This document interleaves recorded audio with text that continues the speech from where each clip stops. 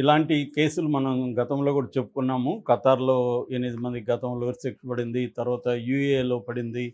యెమెన్‌లో పడింది. ఇలాంటివి మనం చాలా సార్లు చెప్పుకున్నాం. ఇప్పుడు లేటెస్ట్‌గా ఇండోనేషియాలో మన దేశస్తులకి ముగ్గురికి మరణశిక్ష పడింది. అది డెడ్‌లైన్ కూడా 6వ తేదీ మే 6వ తేదీ ఎల్లుండికి డెడ్‌లైన్ ఉంది. సో, ఏం జరగబోతుందనే ఒక ఉత్కంఠ నెలకొన్న సందర్భం ఇది. దీంట్లో అసలు ఎవరు వీళ్ళు? వీళ్ళు చేసిన నేరం ఏంటి? వీళ్ళని ఎందుకు పట్టుకున్నారు? మన గవర్నమెంటు స్పందన ఏంటి? ఇవి మాట్లాడుకుందాం. ముగ్గురు కూడా తమిళనాడుకు సంబంధించిన వాళ్ళు.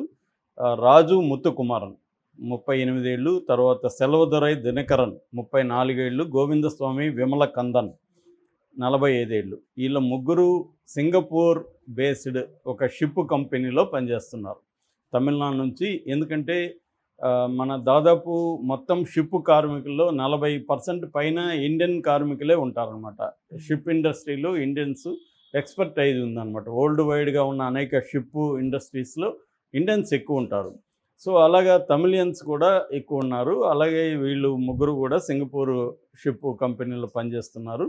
వీళ్ళు ఏం చేశారంటే లాస్ట్ ఇయర్ ఫిబ్రవరిలో ఒక లెజెండ్ అక్వారిస్ అనే ఒక షిప్ కార్గో షిప్ అది. ఈ కార్గో షిప్ సింగపూర్ వాటర్స్లో ఉంది.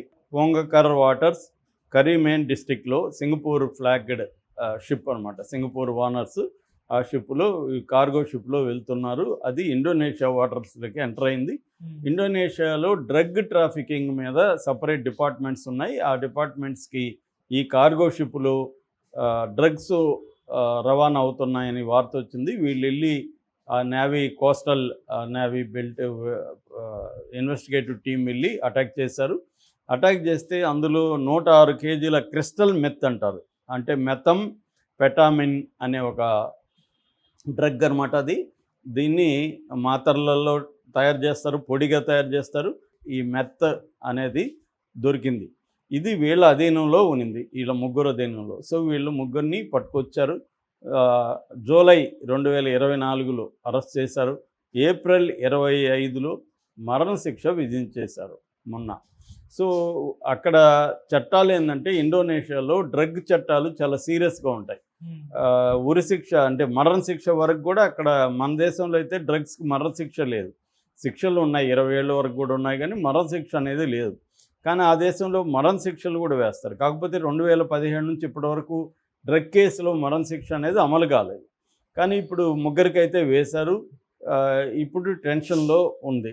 సో ఈ ముగ్గురిని పట్టుకున్నారు. ఈ ముగ్గురికి సంబంధించి జాన్ పాల్ అని ఒక అడ్వకేటు, ఇండోనేషియా లా ఫర్ము, ఈ రెండు కలిసి డిఫెన్స్ ఆర్గ్యుమెంట్లు ఇచ్చాయి.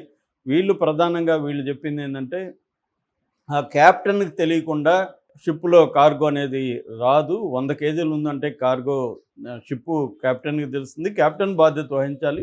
క్యాప్టెన్ బాధ్యత వహించకుండా వీళ్ళని అరెస్ట్ చేయడం అనేది కరెక్ట్ కాదు అనేది ఆర్గ్యుమెంట్ చేశారు. దానికి సంబంధించి ఒక రిటైర్డ్ పర్సన్ కూడా, నేవీ ఆఫీసర్ని, సోలేమాన్ అనే ఒక నేవీ ఆఫీసర్ని తీసుకొచ్చి విచారించారు. అతను కూడా ఏం చెప్పారంటే, 106 కేజీల స్థాయిలో డ్రగ్స్ ఉంటే ఖచ్చితంగా క్యాప్టెన్కి తెలియకుండా ఉండదు. క్యాప్టెన్ తన షిప్లో ఏమేమి ఉన్నాయనేది కంపల్సరీగా అతనికి నాలెడ్జ్ ఉంటుంది. అతనికి తెలియకుండా అయితే జరగదు. మీరు అతన్ని అరెస్ట్ చేయకుండా వీళ్ళని అరెస్ట్ చేయడం కరెక్ట్ కాదని ఆర్గ్యుమెంట్స్ వినిపించారు. కానీ వీళ్ళ ఆర్గ్యుమెంట్స్ అనేవి అక్కడ పనిచేయలేదు. వీళ్ళకి డిస్ట్రిక్ట్ కోర్టు, తాంజింగ్ బలై కరీమున్ అనే ఒక డిస్ట్రిక్ట్ కోర్టు ఫిబ్రవరి 2025లో ఉరిశిక్ష వేసింది. అది ఏప్రిల్ 25కి పోస్ట్పోన్ అయింది. 25 మరణశిక్ష వేయాలని. కాకపోతే వారం రోజులు మాత్రమే టైం ఇచ్చారు అప్పీల్ చేసుకోవడానికి. కాకపోతే వీళ్ళ ముగ్గురు ఫ్యామిలీస్ కూడా చాలా పూర్ ఫ్యామిలీస్. వీళ్ళకి అడ్వకేట్లను పెట్టుకొని అప్పీల్కి వెళ్ళి ఇవన్నీ చేసే డబ్బు లేదు. దాంతో వాళ్ళు ఎవరినో కాళ్ళు పట్టుకొని, ఒక పౌరకుల అడ్వకేట్ని పట్టుకొని సో ఢిల్లీ హైకోర్టులో కేసు వేశారు. ఢిల్లీ హైకోర్టు నిన్న కాకుండా మొన్న మన ఇండియన్ కాన్సులేట్కి, తర్వాత మినిస్ట్రీ ఆఫ్ ఎక్స్టర్నల్ అఫైర్స్కి ఒక ఆదేశం జారీ చేసింది. వీళ్ళకి మీరు అప్పీల్ వేయండి, లీగల్గా మన ఇండియన్ గవర్నమెంట్ తరఫున వీళ్ళకి హెల్ప్ చేయండి అని ఢిల్లీ హైకోర్టు ఆదేశించింది. ఆ మేరకు వాళ్ళు రంగంలో దిగారు.